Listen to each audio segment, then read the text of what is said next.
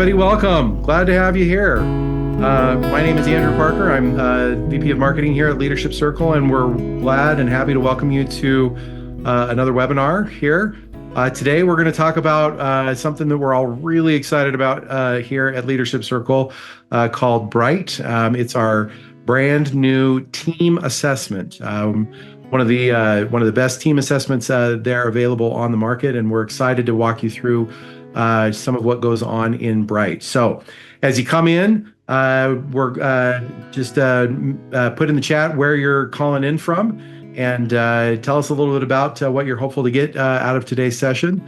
And then in a couple minutes here, we're going to turn it over to Joseph Lehman, who's our team PhD extraordinaire. He's got all sorts of fun stuff to share with you today, and we'll go from there. So just to kind of see where everybody is, where everybody's calling in from today. We've got some folks joining in from Boston, Mass today, or from Toronto, San Francisco, Melbourne, Australia. You guys are getting better weather down there than where I am, so congratulations. I'm jealous. London, UK, great to have you here. Richardson, Texas, and Three Rivers, Michigan. Seattle, Washington, one of my very favorite places in the world. Welcome in from Fiji and Singapore. Virginia, Reston, Virginia, Dayton, Ohio, Dallas, Texas, Providence, Rhode Island, Warsaw, Poland. Welcome in. We've got folks coming in from Texas and Los Angeles and Denver, Colorado. That's my hometown. Excellent job. Calgary, Canada, Vancouver, Pittsburgh, Edmonton. So a lot from all over. We're just excited to have so many of you here today. As we kind of go along for today, if you have questions that come up, don't hesitate to put those in the chat. We'll be monitoring the chat for those questions, and I'll be bringing those up to Joseph to kind of share with him. So feel free. We'd like to make this as much of a discussion as possible. So don't hesitate on those questions. But for right now, we're going to go ahead and turn it over to Joseph Lehman, who is our in-house. I'm trying to remember the name of what you call yourself, Joseph. Psychometrician. Psychometrician. Thank you. See, it's a big word and I can't remember anything. Anyway, we're going to turn it over to Joseph Lehman, who's our in-house psychometrician. Joseph's got an extensive background in organizational and human development, and so we're just excited to hear from him and his work on the Brite assessment. So, Joseph, I'm going to stop sharing here and then turn the time over to you to walk us through what you've prepared for us today. Thanks, Andrew. I appreciate it. And don't worry, I don't think anybody really knows what a psychometrician does except for psychometricians themselves. It just means that we really like statistics and designing instruments, and love to get into all that stuff. So, and speaking of which, let's see. Can you guys see the screen that I'm on? Is this the... Yes. Okay, excellent. Thank you. Looking good. I'm really excited to be able to talk to you guys today about one of the instruments that I've developed over the last couple of years with my colleagues in the research and assessment division of the Leadership Circle. One of the things that is becoming increasingly critical to businesses and actually all sorts of organizations around the world is the idea that a lot of work is happening in teams now. And because of that, to be able to effectively manage the teamwork that goes on, we need to be able to measure what's happening, right? Because the old adage, if you can measure it, you can manage it. And that's what we want to do. I think the Leadership Circle profile itself is an excellent example of how we've done that, develop an instrument that measures some leadership and how we can use that to develop our leadership. And we wanted to extend that into the ability to apply that in how we collaborate with each other on teams. The interesting part of that, though, is that teaming in and of itself is a slightly more complicated subject, because now we're talking about multiple individuals. And so we're really interested in thinking about how the team emerges as its own entity, its own kind of organism, if you will. And then the idea is how much energy is present on that team, leading to how overall effective will they be as a team together. And so I hope that as I go through this and explain our model, that you'll feel free to ask questions about how we did that and how it works. And then I'm hoping that the language and vocabulary that we provide will be a good and healthy structure for us to continue to talk about where we're at as teams and where we want to go. So when we think about when teams are effective, and just for a real quick kind of exercise, if we all just sort of think about a good team that you've been on, the energy, think about the energy in there. When you were participating in meetings with that team, when you were meeting to brainstorm and collaborate, what was the energy like on that team? Was it kind of exciting? Did you look forward to going to those meetings? Did you feel like there was more that you could achieve combined with the people that you were working with? Like, essentially, was it fun? Or now think um, also about how that could not work in a second. We'll switch to that. So the point is that when teams are effective, when they're really firing all cylinders, when they're full of energy, with that dynamic energy, they do all sorts of things better. They create new ideas better. They're more creative. They execute faster on what they can do. And they build off of each other's energy to increase all of the things that make them great as a team. So essentially, they're creating this effective energy. Now, think about when teams are not effective. And this is probably because of our negativity bias in our brains, it's easier to remember those times we were on teams when things probably weren't as well. So if you think back to one of those times where you were on a team that things weren't working very well, the team was not as effective. Picture the energy in that environment. It probably was almost a drag to go to meetings. You almost felt like you didn't want to be there, that you could have just gotten more done if you had done the work on your own rather than try to collaborate with people that weren't gelling together, that had energy disruptors present that weren't clicking fully. And that's because teams that work together well are more than just the sum of their parts, right? If a team is working together well and effective, it has all these energy generators in place that we're going to get into, then there's almost nothing that they can't accomplish. But the converse is true, that when energy disruptors are present and teams aren't being as overall effective as they can be, then it's almost better to do the work on your own, because when teams are not effective, they're not sharing a common purpose. They're not working towards the same thing together. They're not effectively communicating with each other. They're creating all sorts of environments in which people don't feel free to speak up. They don't have a lot of shared respect or trust for each other, and just generally fail to make progress. So the things that we think that Brite can really provide are sort of outcomes that the Brite illuminates in these areas are things like employee retention, and can improve productivity and innovation. It focuses on how collaboration and teamwork is working overall. There's also an aspect of the leadership that we measure in the team and how the team leader is doing that incorporates leadership effectiveness. And we also look at the overall alignment of the team itself. How are they perceiving the team together? Are they on the same page about where they're at, or is there a wide variation in where they see the team? We can graphically demonstrate that. Let me give a little bit of background first on how we developed this. Hopefully that will provide some context for when I get into the nuts and bolts of the model here in just a little bit. We wanted, as we surveyed all of the teaming tools out there, it became pretty clear that while each of them had some good pieces to them, nobody put together all of the elements that go into making a good team in a comprehensive way. So what we wanted to do was build a model and then an instrument from that model that actually measured all of the aspects of teamwork, whether it's good aspects like energy generators or bad aspects like energy disruptors.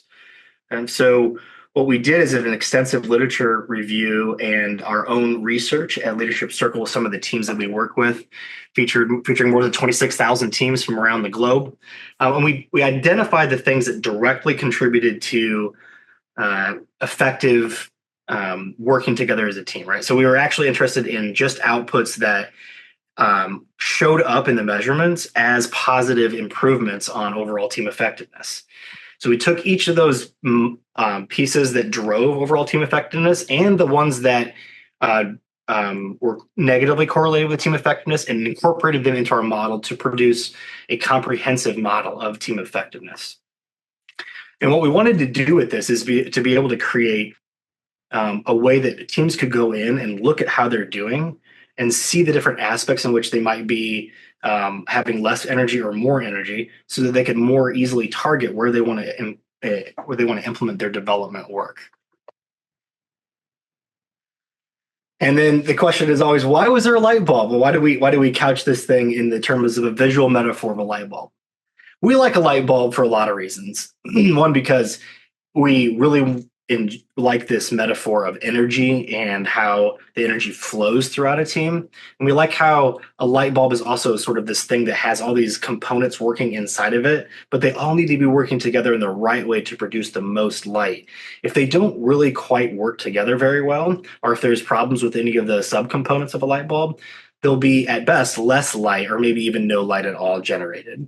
So that's why we kind of use that light bulb metaphor. And within that light bulb metaphor, we come up with 5 critical elements of team dynamics that I'm going to go through with you real quick here.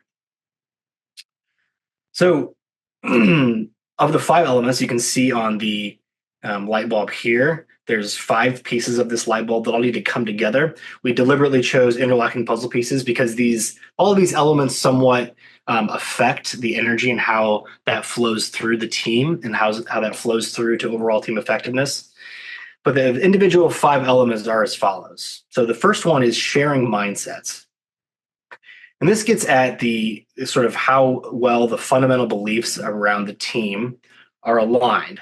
And this one's really important, even foundational, because the teams that have a shared understanding about who they are and what they will be pursuing together are going to be able to unlock so much more energy that will flow into the rest of the elements from there. And another element is creating safety and cohesion. And this is a lot of research has been done here and focuses on this. It's also referred to as psychological safety in the research literature. And this is really important because the most effective teams have created an environment where members feel free to be safe. They feel like they can take personal risks. They can support one another. And they generally hold a concept of we're in this together, like we are one unit, and we're not just individuals, but we're part of something bigger. All right. Another element to Brite is building the right structure. And this is another fundamental element in the sense that we're talking about roles and responsibilities and whether everybody knows what their role is, what their responsibility is, and how well that is organized and conducive to the overall goals that the team has, and then how that leads to the actual output and productivity that they have. And so the most effective teams are structured in a way that ensures a thriving team culture. The 4th element is processing information, and this establishes the effectiveness of interpersonal communication. A lot of the information that teams take in, they need to be able to share with each other in an effective, meaningful way. So what one person absorbs from one part of their aspect of team performance, they might need to share that in a specific way with other people. And we look at and measure carefully how that processing information is going, because we want to be sure that it's effective in this area. So do they have quality? This is actually asking things like, are there quality interactions in which the team engages effectively together? Do they actively engage with each other? And are new ideas emerging once this information comes in? Is there a process by which this information is digested in a way that suits the team's goals? And the last element is the one that we normally think of when we think of teamwork. It's the producing results one. I like to think of this one as like sort of the top of the iceberg, the tip of the iceberg. That's the part that you see from the ocean surface, but there's a whole bunch of other elements below that iceberg that are also really important at contributing to what's happening, what you see there. And producing results is what the things that you would expect in terms of, the skills and the abilities that the team has, how they're actually driving business outcomes. Are they performing the tasks that they're supposed to do well? And are they ensuring that there's a real collective responsibility and accountability for the outcomes that are being generated in the team? And all of these flow into each other. I will note that if a team there's a bit of a linear flow to the model, to this light bulb, in the sense that the other elements, sharing mindsets and building the right structure, are a little bit more fundamental in the sense that if there's not as much energy present here, it can become even more difficult to generate energy in the higher elements on the model, like for instance, producing results. Okay. So I hope that is a tasty entree into that. There's a whole lot more that we can unpack there together if you wish in either the questions, the comments in this, or on the information we'll have provided to you on the website later. I want to switch gears a little bit and talk about how it works. We can use Brite with any intact team, and we don't limit it based on size. So you can have, there is a minimum of 3 people. We consider, technically speaking, that 2 people together is more of a partnership and not a team, but 3 people on up to wherever you want it to be. I would strongly recommend from a psychometric point that you not consider teams that are really, really big because it might be more accurate with the results if the team members know each other really well and are working together a lot. I think sometimes people confuse departments with teams, and that's one of the things that we like to make sure we're not having too large of a team, but we don't put any concrete limit on that, and there's no difference in cost based on how many team members you have, which is important. A lot of other team assessments out there are based on how many individual team members you have. So what we usually recommend for completing it is about 2 weeks or so, 2.5 weeks. And it usually takes 15 minutes on average. Some people will take longer, but by and large, our reports are showing back that it's taking 15 to 20 minutes. What we are really serious about, and what we design both in the assessment itself and in the data process that we manage throughout this, is that the responses are anonymous. It wouldn't work very well if team members knew that what they say or what they put down, it would be repeated back to anyone. So we take that pretty seriously. All responses are confidential, and we protect the integrity of that as best that we can. And then once you get that report back, there are kind of 2 different ways or 2 different main avenues people take to unpacking that report. I want to go through both of them really quickly. So we designed Brite to be self-administered in the sense that any team can take a Brite, and then with the results, you can go through that and interpret it yourself. And we also give out with each report that is generated a strategic facilitation guide. This is about an 80-page document that we developed to give people some kind of sense of what to do next. Like if your results were lower in this certain element, or if you have this particular challenge as a team that you want to focus on, what are some concrete steps that you can take? And we just sort of outline some of those in that report. And this would be a way that a team could sort of go through this process by themselves. However, what we would probably recommend even more is that people partner with an accredited coach to help them walk through that entire process. Because this can be a complex, it's a large report. There are many factors and numbers that go into it. And so if that's a concern, an accredited coach will be able to sort of focus the development work on specifically the factors that are most in need of addressing. And then that coach will also have more experience with how to apply the Brite and how that development work might best be structured and how the team could improve the most quickly. So all sorts of advantages to using an accredited coach with the Brite in terms of enhanced accountability. You have an expert that's in there, even a neutral person that's not part of the team that can kind of mediate between some of the things that come up. And there's just ongoing support that will help people on that developmental journey. Okay. Now I want to kind of shift gears and talk about how Brite worked with the team. We had a team that took the Brite twice, which we would definitely recommend doing. Brite is meant to provide a snapshot as to how the team is doing right now.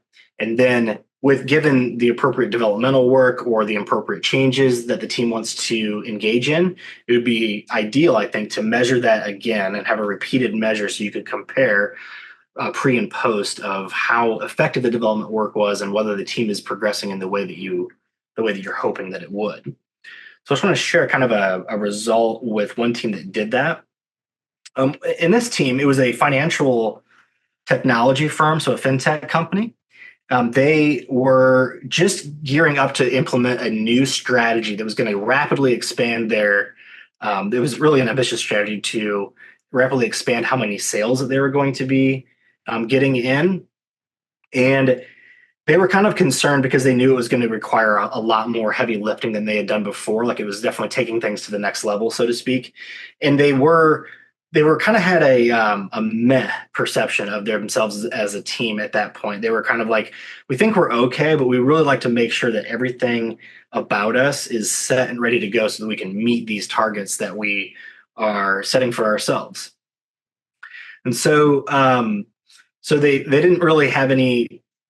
They just kind of had this perception that they were all right, but decent, really, but wanted to make sure that they could really focus in on something. And so they reached out to a coach that recommended the Brite to them.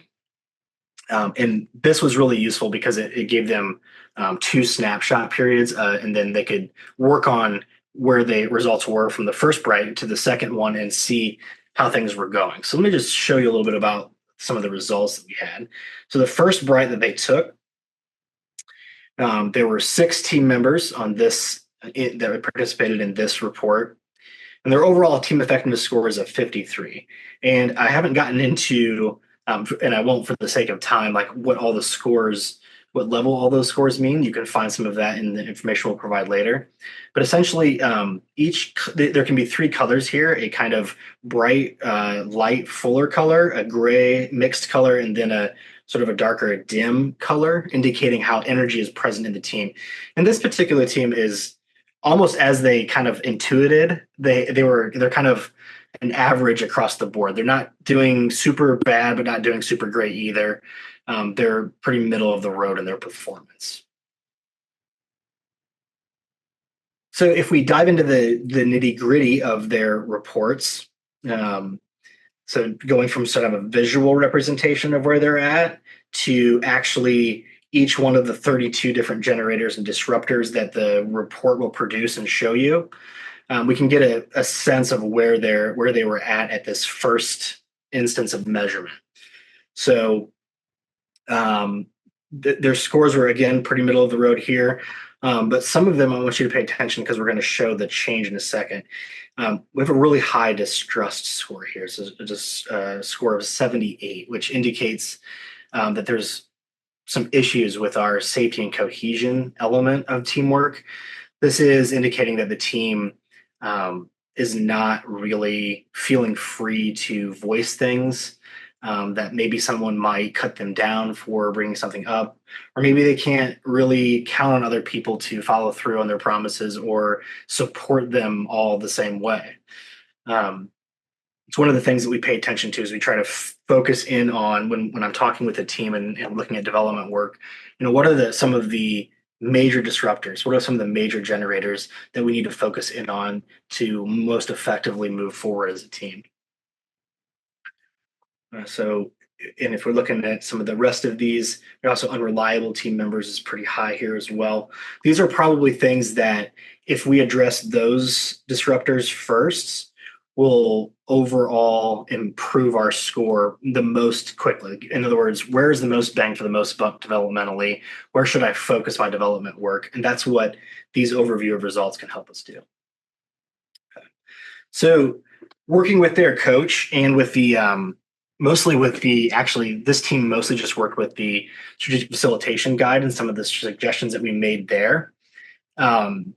They came up with the following plan to kind of see if they could improve where they're at as a team. Okay. They implemented a focus on role clarity, given some of the issues in building the right structure that emerged from the first assessment. And they wanted to try to reduce any ambiguity, make sure that everybody was aligned. Some of the comments that they made in the first assessment was not being clear on who was supposed to take over some of the major sales functions as they switched to the new growth plan. So that was why it was important for them to gain some focus on role clarity. Trust building, as I've already indicated in the previous slide, the level of distrust in the team was really high, the level of distrust. And so they knew they needed to focus on building more trust. And so to do that, they went through some exercises that we suggest in the strategic facilitation guide. And then they tried to regularly devote time to building transparency and accountability. And then they also focused on strategic planning. They worked on what their actual goals would be and how they could define what success would look like for them as they moved forward. So they knew what was expected and what the clarity around achieving those objectives would look like. That's an important thing that we talk about in the Brite that we ask on the questionnaire itself is, do you feel like you're getting good feedback on what you're accomplishing? And do you feel like what your goals are actually being met, or how detailed are they? And there are also some members of the team that perceive the overall team to be a less safe place, or that were struggling with some parts of their team. They held some one-on-one coaching with those members to really figure out what was going on and see if there was ways that the team could either accommodate what they were experiencing on the team, or if there was a different kind of way that they could address the way that the person was approaching the team, whether it be through a role or through a responsibility adjustment, or maybe just sort of clarifying their commitment to the team so that they can all move forward at the same sort of pace and status of motivation. Final thing they did was regular check-ins.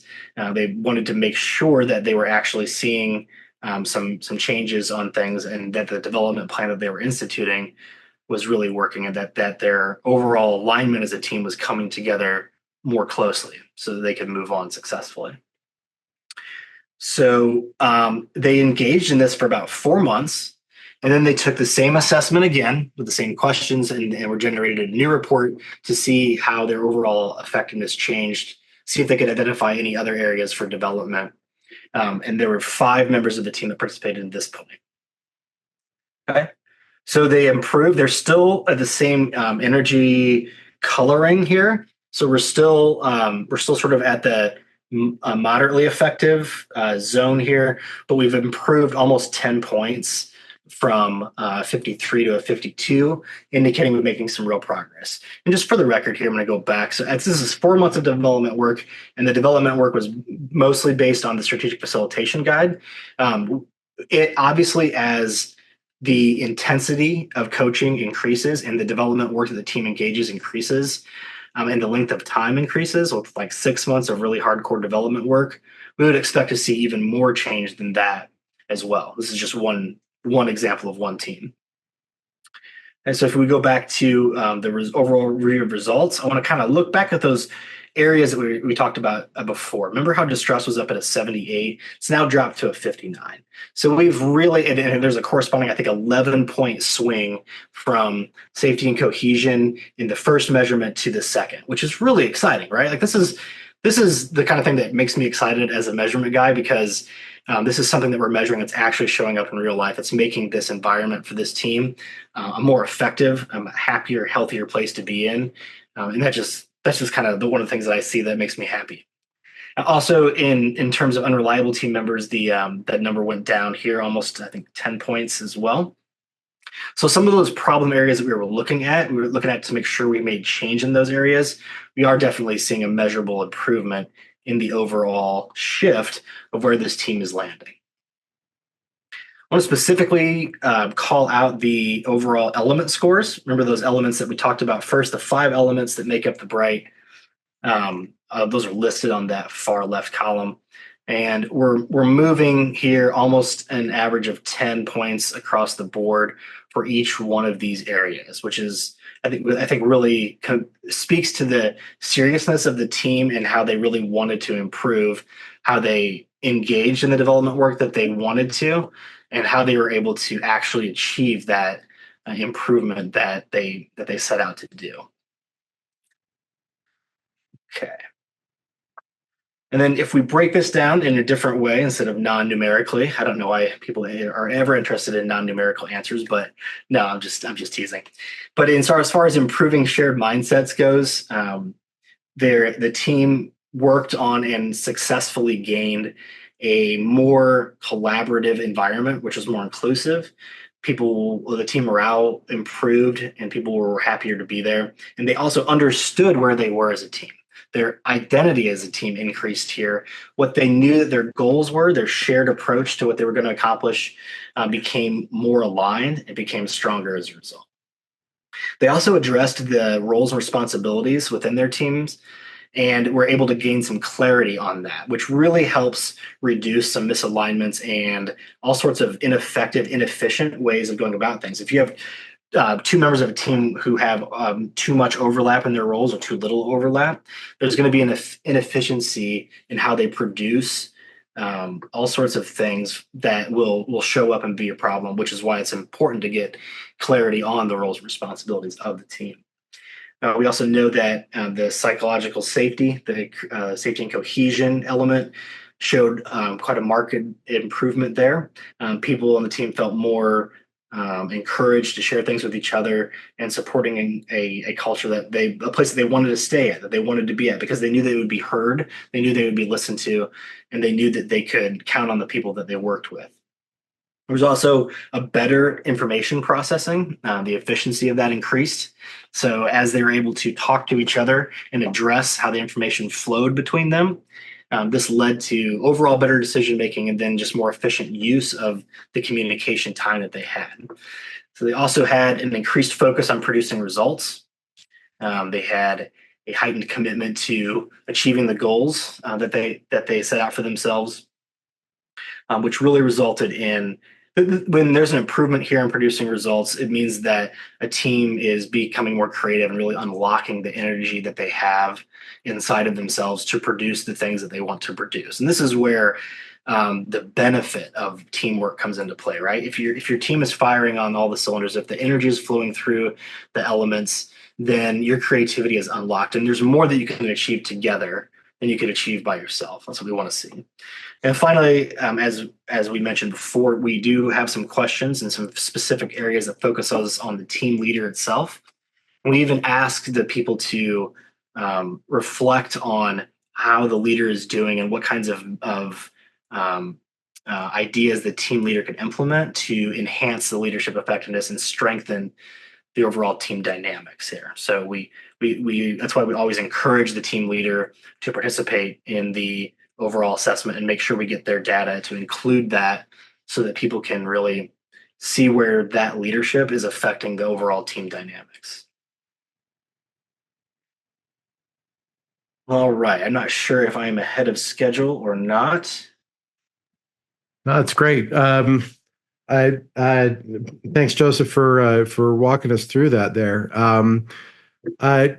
Let's go ahead and let's talk a little bit about a Q&A here real quick. We've got a couple of questions that are in the chat. So if you've got some questions or stuff that's come up during the presentation, let's go ahead and get into it.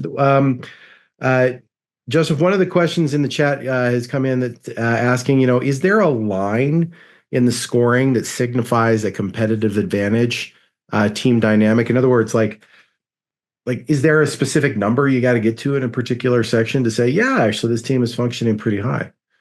Yeah, we break that down into 5 different areas of competitive effectiveness, basically how overall effective a team is.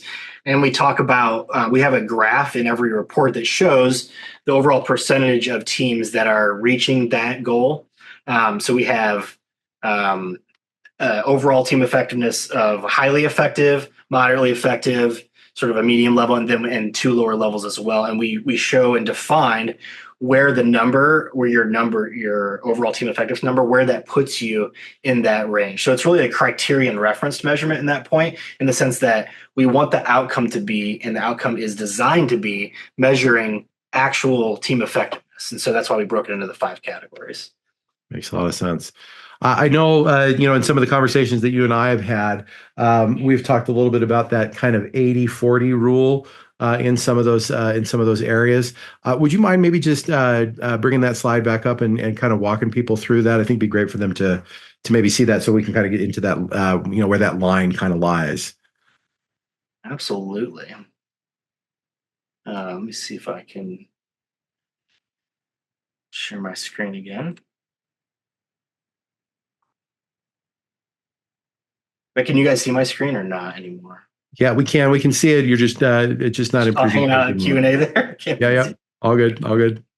Make this bigger here. So we go up to here. So the 80-40 rule is what we applied to sort of give us an idea of, we want the generators are things that give the team energy, right? The generators are things that we measure, that we know directly influence team effectiveness, right? We've seen both in the literature and in our specific research with teams that this particular thing, like for instance, under sharing mindsets, you'll have a generator of being one team, one goal, and the mindset around, hey, we are all in this together. We are focused on this particular outcome, and we are going to make this happen. How that directly relates to team effectiveness, and so we know the relationship between that, and so that's why we made this its own unique generator of energy, and why we measure it there. And the 80-40 rule, to get at your question, Andrew, is we look at these as we would like the generators in an ideal, highly effective team. These generators are going to be above 80. We want those numbers to be above 80. And in a highly effective team, a team that's basically doing as good as they can do, these disruptors are going to be below 40. So that's what we call the 80-40 rule to kind of guide where we're at here. Now, these particular results are much more mixed throughout that. So if we just use the 80-40 rule, we wouldn't be able to narrow in more. So what we would do from there then is go into which one of the disruptors are the highest scoring ones. Like, for instance, distress was at a 78 and reliable team members is at a 71. And then which one of the generators might be the lowest, because you can have low energy in the generators, which means you're missing an opportunity to provide energy to your team. Or while as if a score is high in disruptors, that means there's a drain of energy happening here, right? So there's energies being pulled out due to this particular factor, due to this particular subscale.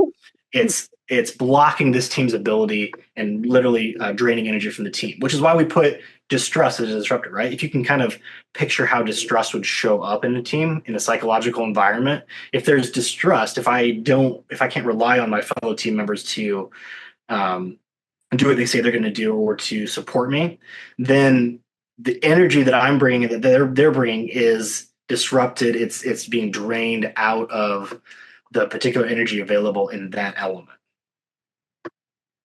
Gotcha. That's really helpful. I know again, in some of our conversations, we've talked about, how you want to move a team kind of into those kind of distributions. So it really gives a kind of a clear understanding of, maybe where a team can focus on and where they can make the most improvements there.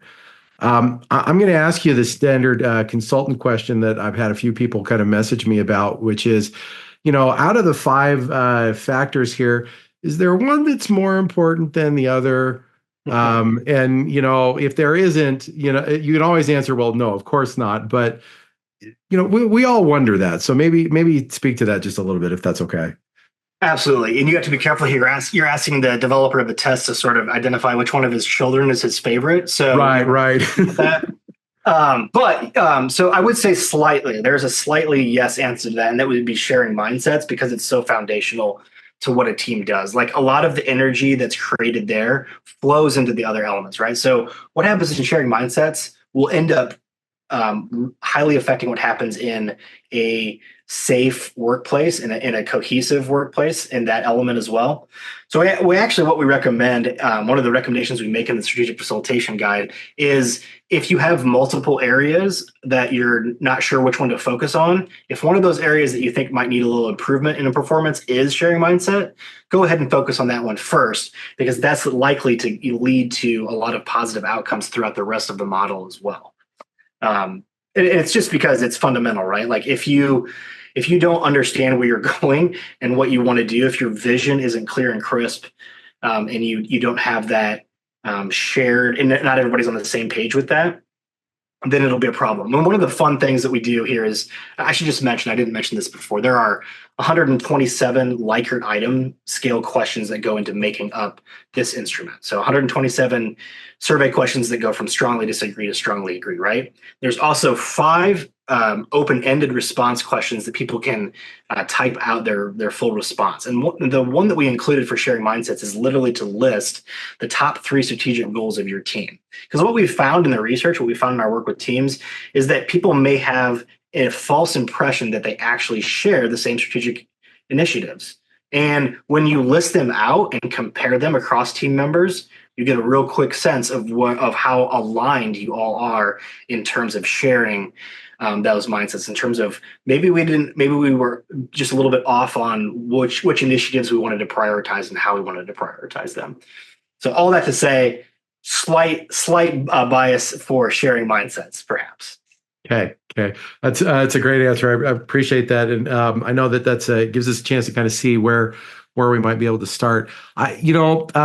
There is, we kind of talk about a couple of other questions that have come through in kind of the private chat over here is really around these different generative factors. So we've got the creating safety and cohesion.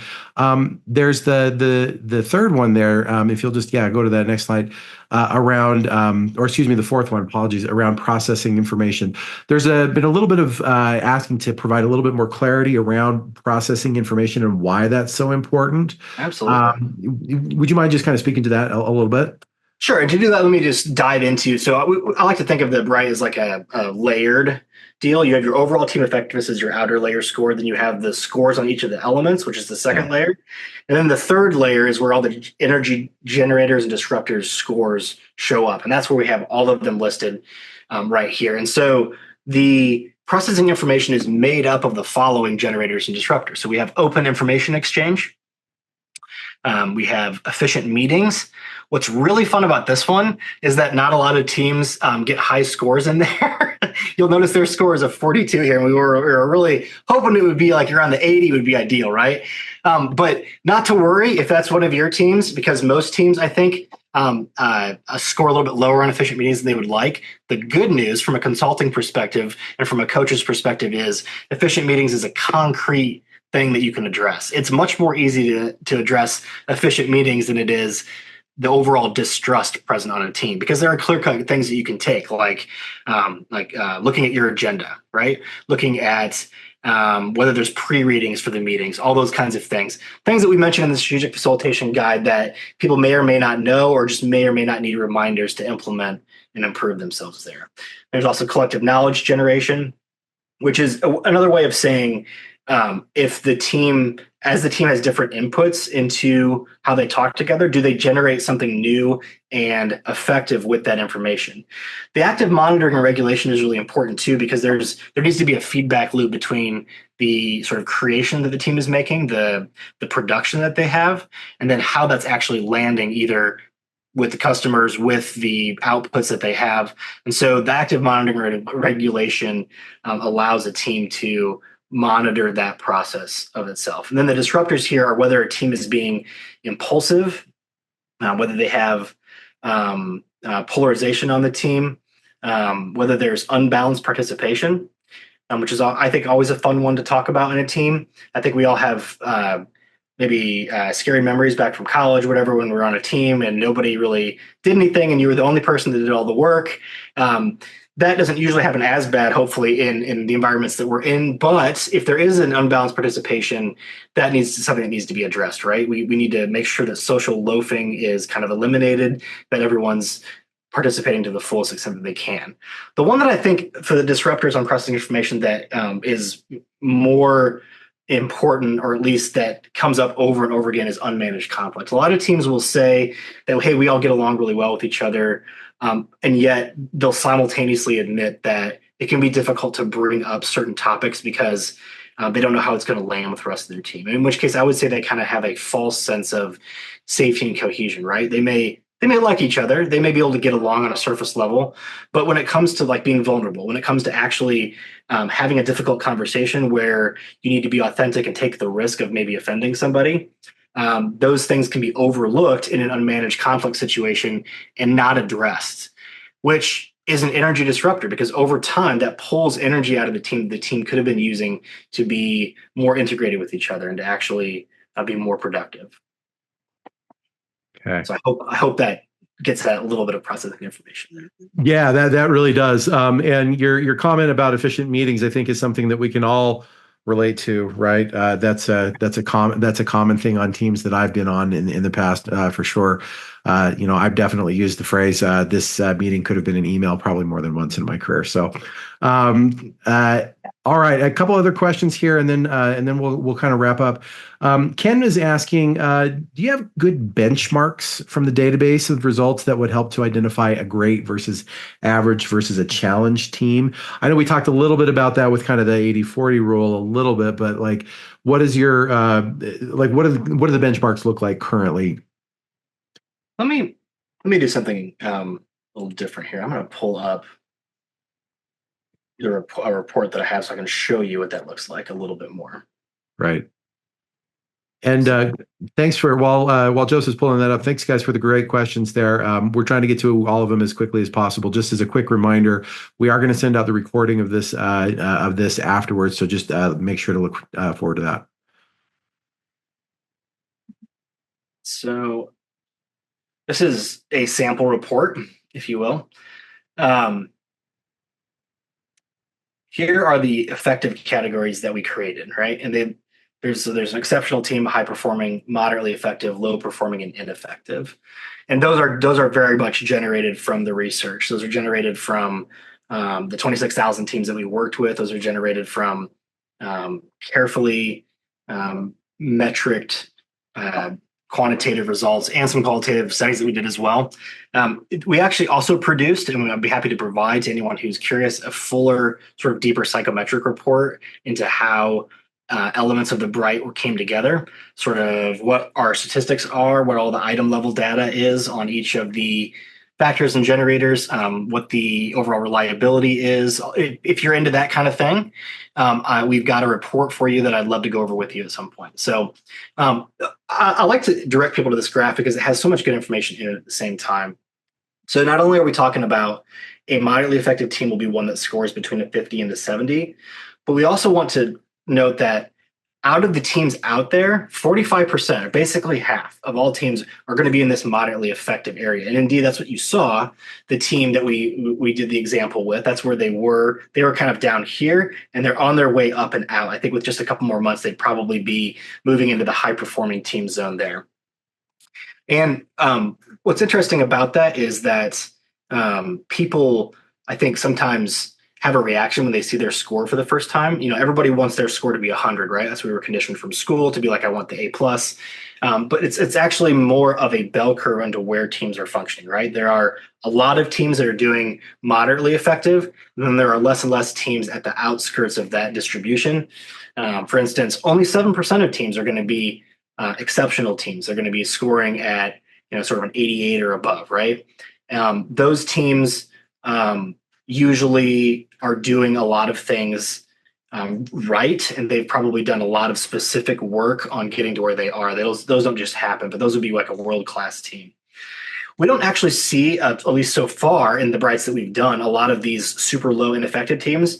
And my theory on that is because the really, really ineffective teams aren't even interested in development at all in the first place. And so they don't come to us. There's a little bit of like a survivorship bias, if you will, in the sense that we're only seeing teams that are kind of, have this idea that they'd like to improve, but they're not really sure where they're at.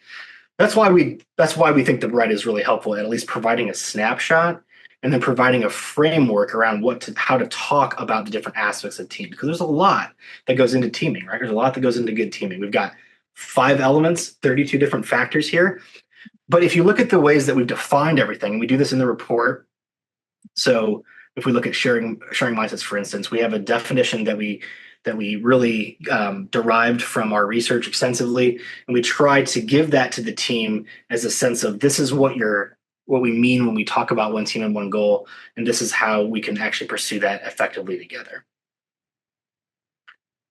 Great. That's terrific. And this graph is so interesting, right? To kind of see, the different benchmarks, obviously within teams across all the assessments that we've done. And so, nice to be able to kind of get to be able to serve on some of those higher performing teams. But there's goodness in all. Okay, well, we've got maybe time for one more question. So I'm going to select this question here from Andrea. She's asking, how does the balance of creative and reactive inform the tool? And is this indicated in the results? I know we've talked a little bit about how this relates to some of our other assessments, including the Leadership Circle Profile Assessment, and some of this stuff that that's gone out. But maybe talk to us a little bit about that creative reactive balance there. Absolutely. So our flagship product, the LCP, does an awesome job at breaking out creative and reactive competencies. And of course, those, you'll be unsurprised to know, show up in how teams work. Now, I would want to be careful and say that they are different models. The Brite model is based on a team model, so it's sort of focused at the overall organism of the team as a collective, and so it can't be a model of individual development like the LCP 360. However, those competencies really have overlap here. And this is where we kind of detail them. By the way, this is on the report that you get when you get a Brite report, the last page. We talk about where specifically some of those creative competencies, and reactive tendencies show up in our elements, right? So for instance, these creative competencies of being purposeful and visionary, being a systems thinker, they're going to show up in sharing mindsets. They're also ambition as a reactive tendency is going to show up as a disruptor in this mindset as well. And we list out the other ones here. Now, one of the goals that we have is as we get more and more Brites together, we'll be able to pair some of those team members with the LCPs that they've actually taken. So I'm super excited as a numbers guy to be able to sit down and look at the correlations between individual teams, what their LCP profiles were, and then what their actual outcome and team effectiveness was from the Brite. But we just need to continue to build a good database of that first so that we can be sure that those correlations and those analyses are as valid as they can be. But I hope that kind of gets at that, the idea of where reactive tendencies and creative competencies play a role in the Brite. Great. Okay. Joseph, thank you very much. And thanks for just a really enlightening discussion today about Brite and about teams.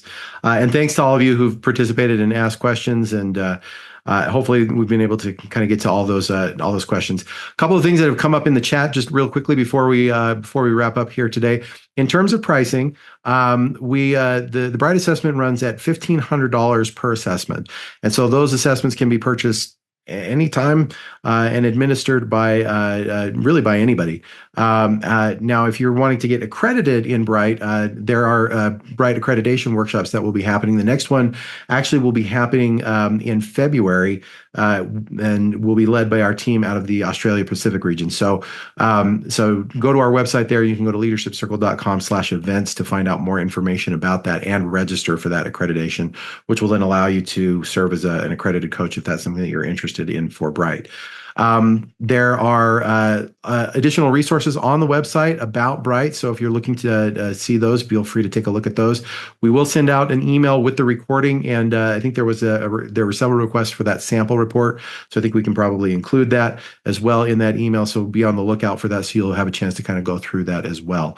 In the meantime, thanks so much everyone for joining us. We really appreciate it. We hope you enjoyed the time here. Hope you enjoyed the time learning with Joseph and us. And keep an eye out on the website and on your email for any upcoming webinars that we have. And we look forward to seeing you here again soon within the Leadership Circle. Take care, everybody. Have a great day.